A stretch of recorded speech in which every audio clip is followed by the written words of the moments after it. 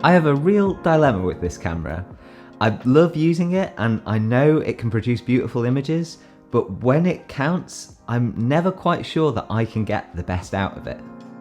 I've taken a handful of images that I really like with it, and every time I've taken it on a trip, it's been a joy to use. It's got so much personality and charm, and it's really small and light, at least for a medium format film camera. The lens on the camera is great, and it's really pleasingly manual and tactile to use. It almost feels like a caricature of an old film camera, except then it can back that up by being a genuinely brilliant piece of equipment too. So as an experience shooting film, I love it, and few cameras are so fun. Still, for some reason, the ratio of images that I take that I like with this camera is way lower than with my other film cameras. So I've been thinking about why that is, and to explore that and actually talk about using this camera, I'm going to compare it with the most modern film camera that I own, the Canon EOS-1n, which is a much less handsome wonder of 90s plastic and electronics. It's got about the same charisma as a microwave, but it is probably the most consistent and maybe technically best film camera that I've used. These two cameras represent the opposite ends of the spectrum for me of what I want to get from shooting film. And it's made me think about what's important to me. Is it the analog experience and feeling of working with a beautiful old camera?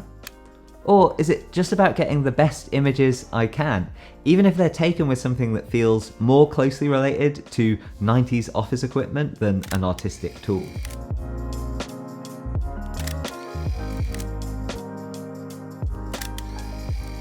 I think I'll start off with some of the times that I've really loved using this Yashica TLR and some of the images from those. This, I think, is one of my favourite images that I've taken with it. It's from a walk through the forest on the French Atlantic coastline that opens up to this rocky outcrop. It's a really simple photo, but it captured for me what it felt like there at the time and in this beautiful bit of France that I really love. And I'm not sure that I would have got this image with another camera. The Yashica is so unobtrusive and approachable. You don't feel like you're disturbing anyone when you're using this, so it's actually great for both really peaceful and really busy environments. That's one of the reasons it's such a nice camera to travel with. And I've taken this on a few short trips to cities where I've just been traveling with a backpack, and because it's light and so fun to use, it's been the perfect thing to have with me. A while ago, I took it on this fleeting work trip that I made out to Brussels. If you press me, I was there for an awards ceremony, but it's no big deal. Because I was there just for 24 hours, picking up my award, I only had little free gaps of time. And I wanted to walk around a little bit and get a feel for the area that I was staying, and this camera is just perfect for that. It gave me something to do and a little bit of purpose, but without it feeling too serious.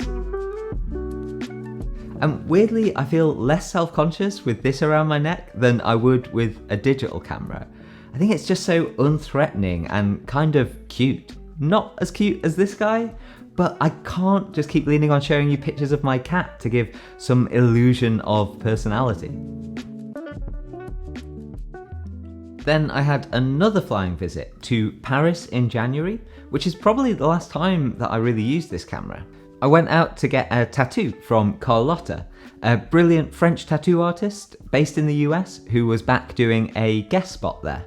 Being there for such a short amount of time, and most of that time being in the tattoo chair, I knew I wasn't going to really get much time to explore. But I still wanted to bring a camera, and I went for this because of all the reasons that I mentioned before, but also it really felt like the right camera for the right place. In the arty Bastille neighbourhood of Paris, it blended in more naturally than maybe anywhere else. In the end, with travel delays and wiped out from the tattoo, I barely got to use it, but I did take a couple of pictures that I liked. It's not the best, but I like how Parisian this scene is. An artist taking two easels on the metro. And then lastly, in the airport lounge waiting for my massively delayed flight home. There's a few more images that I've taken here and there that are okay. Nice little memories, but nothing photographically special. So overall, I feel despite the enjoyment I've had using this, I don't have a lot of good work to show for it. And so my experience with this camera is almost the exact opposite of with my most modern film camera, the Canon EOS-1n, which I have already kind of insulted and might be my least favourite film camera to use. It doesn't really have any of the charm or character of the Yashica. It feels very like using a modern digital camera, but it has great lenses you can use with it, it's got autofocus, and it's got really reliable metering. And the images, even if they're made with a machine that looks dead inside, capture life beautifully. Not all the time, of course. I take plenty of bad pictures with this too, but I get more good results and images that I like. However, if it wasn't for the finished images, I would rarely, if ever, feel the urge to use this camera. It looks kind of too modern to be friendly, too plasticky, too 90s, but without even some of the pleasing nostalgia that might go along with that.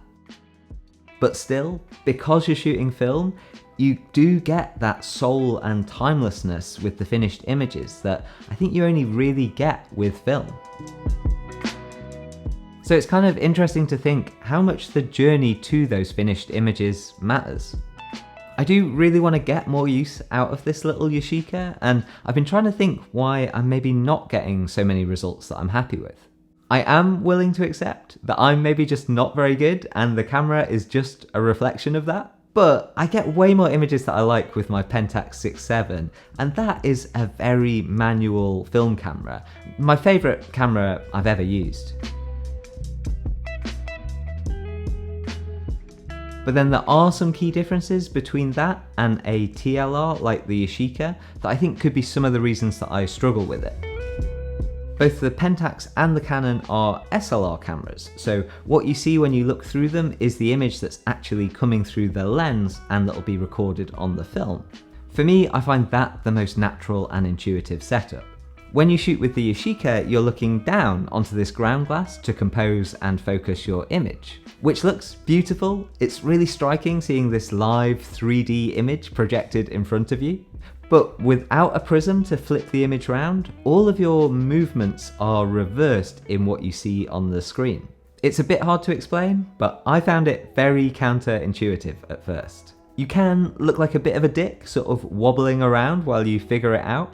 Composing images this way with the ground glass is a big part of the enjoyment when you get used to it, but because I'm not using the camera enough, I always feel like I have to kind of re-acclimatize to it, go through that little weird dance of wobbling about, at least for the first few photos. I do think that I could get over this if I was using it a bit more frequently, and I do like the different perspective that you get with a waist level viewfinder. It gives you this lower angle, which isn't easy to get with my other cameras. Then just to add a touch more confusion with the TLR, you also have these two lenses to consider. Because the top lens that you are viewing and composing with is separate from the bottom lens that will actually capture the image on film. So particularly when you're quite close up to things, you can actually get a slight difference between what you're seeing and the image that will finally be captured. Not always ideal, so that's something to bear in mind. And then there's also the square aspect ratio, which I don't think I ever fully adjusted to. I find 6x7 or 4x5 the most natural frame to take pictures in. Square, I'm just never that confident with, and I know other people make incredible, compelling, strong work with it, but I've never got used to it enough, I think. Actually, as I've thought about the issues that I have with both the beautiful Yashica and the 90s Canon, it makes a lot of sense out of why I'm so drawn to the Pentax 6.7 as my main camera. For me, I think that's the sweet spot between something manual, analog and characterful, and also something that gives you just incredible quality images. In fact, my favourite images that I've had from any camera ever. In a future video, I'll talk more about the Pentax and I'm going to share some photos from some trips. But it also might be one of the reasons that I'm not really being fair to the Yashica. I think I'm a better photographer now than I was a few years ago when I got this, but then when I started shooting with the Pentax 6.7, that really kind of took over for me, so I probably just haven't been spending the time with the little TLR that I should. And getting used to things like that square format and composing with it are only going to happen if I actually use it a bit more often.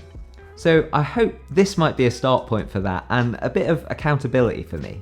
I'd love to look back in a year's time and hopefully have some new images with this camera and be able to slot them into a future video. And if not, maybe that's the sign that it should go on to someone else to make sure that it's being used in the way that it should be. If you've used either camera, let me know what you think down in the comments. And I'm working on another video at the moment, so if you're following along, I'll see you soon.